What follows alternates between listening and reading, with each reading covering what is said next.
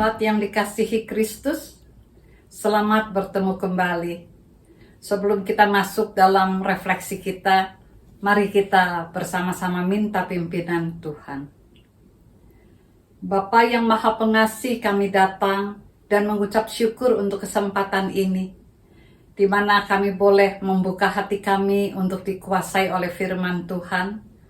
Dan biarlah Tuhan juga terus memimpin hamba-Mu dalam segala keterbatasannya, mau memakainya menjadi alat penyampai kabar baik yang dari Tuhan. Roh Kudus kiranya menolong kami untuk memahami apa yang kami renungkan bersama, dan biarlah kami mendengarkan tuntunan Tuhan di dalam kehidupan kami melaluinya. Berfirman Bapa, kami siap mendengarkannya. Dalam nama Tuhan Yesus kami berdoa. Amin. Sahabat yang dikasihi Kristus, tema kita saat ini adalah pertobatan ialah hati yang diubahkan. Dan ketika kita bicara tentang pertobatan merupakan hati yang diubahkan, kita akan mulai dengan sebuah percakapan di sebuah kelas di sekolah minggu. Ketika kakak sekolah minggu menceritakan tentang bagaimana Yesus menyelamatkan dan memberikan pertobatan dalam hidup manusia, lalu si kakak bertanya kepada anak-anak sekolah minggu yang masih kecil-kecil itu, dia tanya, menurut kamu siapa diri kamu? Seorang anak perempuan kecil menjawab, saya adalah orang berdosa. Lalu kemudian si kakak nanya lagi, sesudah Tuhan Yesus menyelamatkan kamu dan kamu bertobat, siapa dirimu? Lalu si anak ini menjawab lagi, saya adalah orang berdosa. Loh, kata kakak sekolah minggu, kok sebelum bertemu Tuhan Yesus orang berdosa? Sesudah diselamatkan Tuhan Yesus dan kamu bertobat masih orang berdosa. Jadi sama dong. Lalu si anak bilang, bukan. Sebelum diselamatkan Tuhan Yesus dan saya mengalami pertobatan, katanya saya adalah orang berdosa yang mengejar-ngejar dosa. Sesudah diselamatkan oleh Tuhan Yesus dan saya bertobat, saya adalah orang yang berlari sekencang-kencangnya menghindari dosa. Bukankah jawaban anak ini sangat mendalam, sahabat yang dikasihi Kristus? Bagaimana dia berkata bahwa sesudah saya bertobat, saya mengalami apa yang dikatakan sebuah upaya yang luar biasa untuk berlari menghindari dosa. Hari ini kita ingin merenungkan tentang pertobatan. Yang pertama, kita ingin belajar dulu dari apa yang dikatakan Paulus yang sesudah pertobatannya. Dalam suratnya kepada jemaat Filipi, dia mengatakan begini. Filipi 3 ayat 7 sampai 9. Tetapi apa yang dahulu merupakan keuntungan bagiku, sekarang kuanggap rugi karena Kristus. Malahan segala sesuatu kuanggap rugi karena pengenalan akan Kristus Yesus Tuhanku lebih mulia daripada semuanya.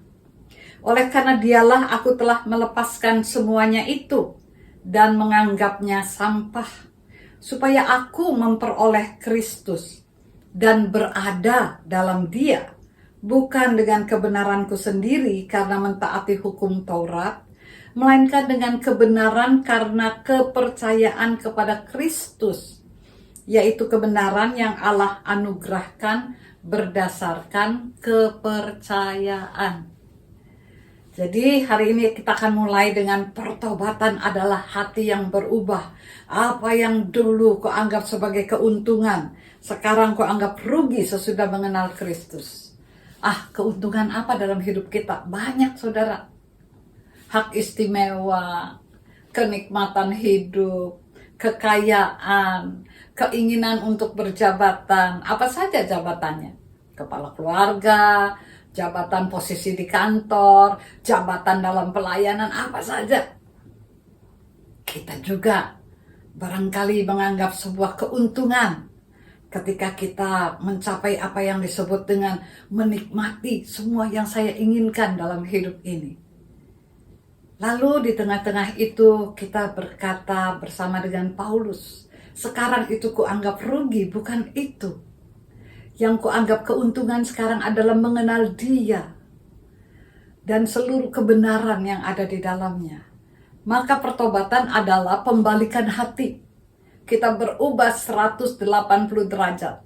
Pertobatan tidak bisa terjadi karena apa yang disebut dengan satu momen emosional saja, atau apa yang disebut dengan satu peristiwa di mana aku menangis terseduh-seduh dan sesudah bangun aku lupa lagi. Tidak bisa juga kompromi, setengah dengan keinginanku yang lama dan setengah dengan kebenaran Kristus. Atau kita katakan, saya bertobat kepada Sang Juru Selamatku, tapi tidak ada upaya untuk mengenal Dia lebih dalam. Maka yang disebut dengan perubahan hati itu sebuah proses untuk terus berjuang berada di dalam Kristus. Artinya, terus-menerus kita berhubungan dengan Kristus, berupaya terus untuk makin mengenali Dia, mengasihi Dia, dan kita menikmati persekutuan dengan Dia. Kita ini lemah memang, dan di tengah-tengah kelemahan kita berjuang, berlari, menghindari apa yang disebut dengan hidup masa lalu. Yang kedua, yang ingin kita bersama-sama gumuli pada saat ini adalah bahwa di dalam pertobatan kemudian disebutkan terjadi pengudusan diri. Pak saudara, pengudusan diri ini seringkali dianggap, wah bosok saleh, atau wah mau hidup tidak di dunia lagi. Kita hidup di dunia, tetapi kita dikhususkan sesudah kita bertobat di dalam Kristus, menjadi anak-anak Tuhan, yang melalui penghususan itu kita juga ingin terus berada di dalam apa yang menyenangkan hati Tuhan, apa yang Tuhan inginkan dari hidup kita.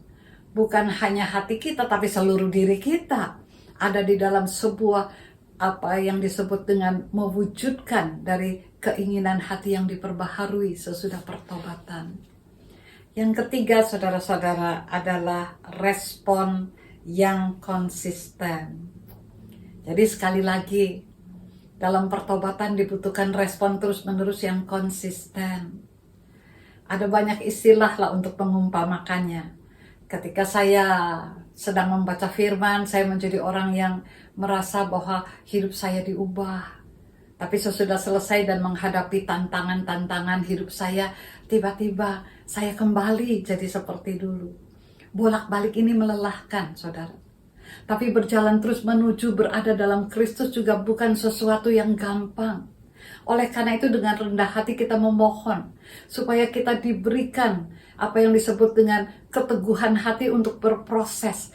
Kalau Paulus bilang, aku melatih diriku dan mengendalikannya. 1 Korintus pasal 9 ayat 24-27. Aku berlari seperti seorang atlet dan mengendalikan seluruh tubuhku. Supaya jangan sesudah aku mengenal Dia, aku kemudian ditolak oleh Tuhan. Artinya, pertobatan adalah sebuah proses di mana kita terus-menerus berupaya untuk selalu ada dekat di dalam Tuhan dan menyenangkan hati Tuhan. Bagaimana mau tahu menyenangkan hati Tuhan kalau kita tidak rajin baca Alkitab, kalau kita tidak rajin berdoa? Mungkin kita sedang kecewa, mungkin kita sedang gelisah, mungkin kita sedang tergoda untuk hidup menurut cara lama lagi karena kita tidak tahan dengan penderitaan kita, kemiskinan kita, kejujuran kita yang seringkali tidak membawa apa yang disebut dengan kenikmatan hidup yang dicari oleh dunia ini. Kadang-kadang kita ingin kompromi saja. Dan hari ini kita diingatkan untuk konsisten. Yang terakhir, believable, dapat dipercaya.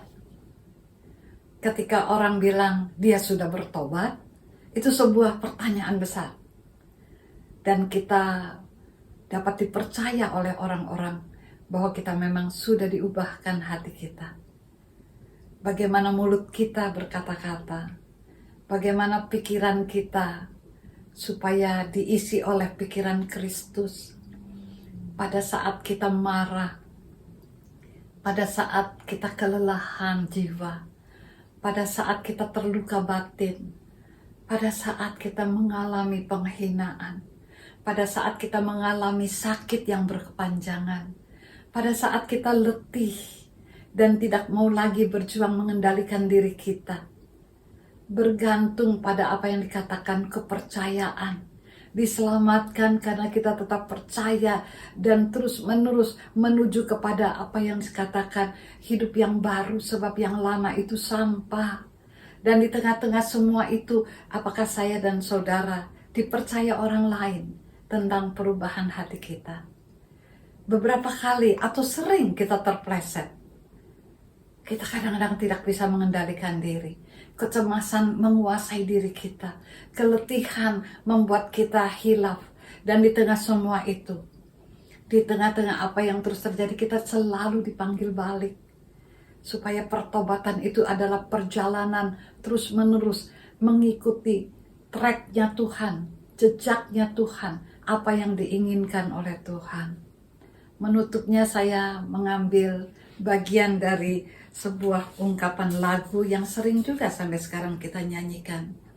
Aslinya adalah dilakukan oleh Gaither Group, dan di sana dikatakan, shackled by a heavy burden, beneath a load of guilt and shame, then the hand of Jesus touched me, and now I am no longer the same.